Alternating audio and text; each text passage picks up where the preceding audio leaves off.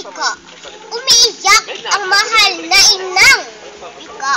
Sobrang panggigipit ang tinatamasa. Dinagdagan pa ng pang-aaling gusta. Nang ito'y ihambing sa wikang banyago.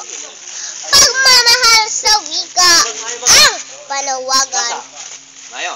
Wikang Pilipino, samitin saan man gagamitin para sa kapayapaan.